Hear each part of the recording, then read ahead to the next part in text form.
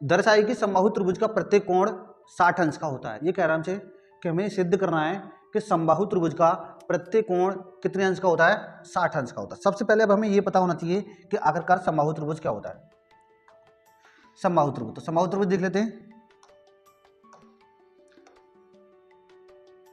समबाहु त्रिभुज क्या होगा, जैसे मान लो कोई भी एक हमारे पास त्रिभुज है और जिस त्रिभुज की तीनों भुजाएं बराबर हों, जिस त्रिभुज की तीनों भुजाएं कैसी हों, बराबर हों, उसे हम क्या बोलते हैं, समबाहु त्रिभुज। देखो ये वाली भुजा, ये वाली भुजा, ये वाली भुजा, जब ये तीनों भुजाएं बराबर हैं तो हम कह देंगे समबाहु त्रिभुज है।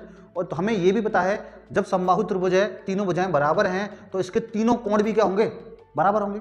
तो मैं मान सकता हूं कि इसके सामने वाला ये कोण, इसके सामने वाला ये कोण और इसके सामने वाला ये कोण, ये तीनों कोण आपस में कैसे होंगे, बराबर होंगे। ये वाला मैंने x का मान लिया, ये भी x का और ये भी कितने का, x का।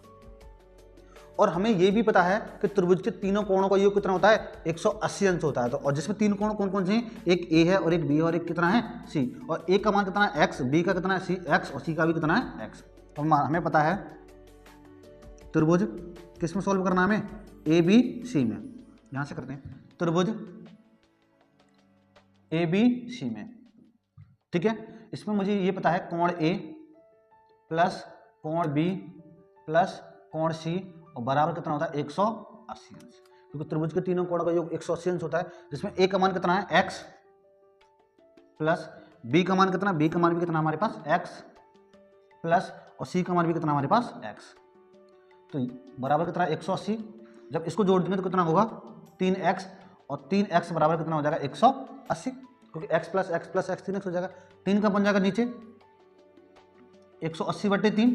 जब मैं 3 से इसे काटूंगा ये कितने में कटेगा, 3 से 18 और 0 का 0, तो x का मान हमारे पास कितना आ जाएगा 60, x का मान।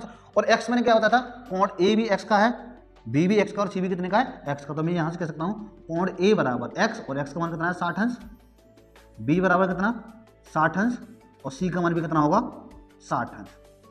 तो इसका मतलब त्रिभुज के तीनों कोणों का तीनों कोण कितने कितने के होंगे, 60 अंश के होंगे, तीनों कोण क्या होंगे, बराबर होंगे। यही हमारे इस क्वेश्चन का क्या है आंसर।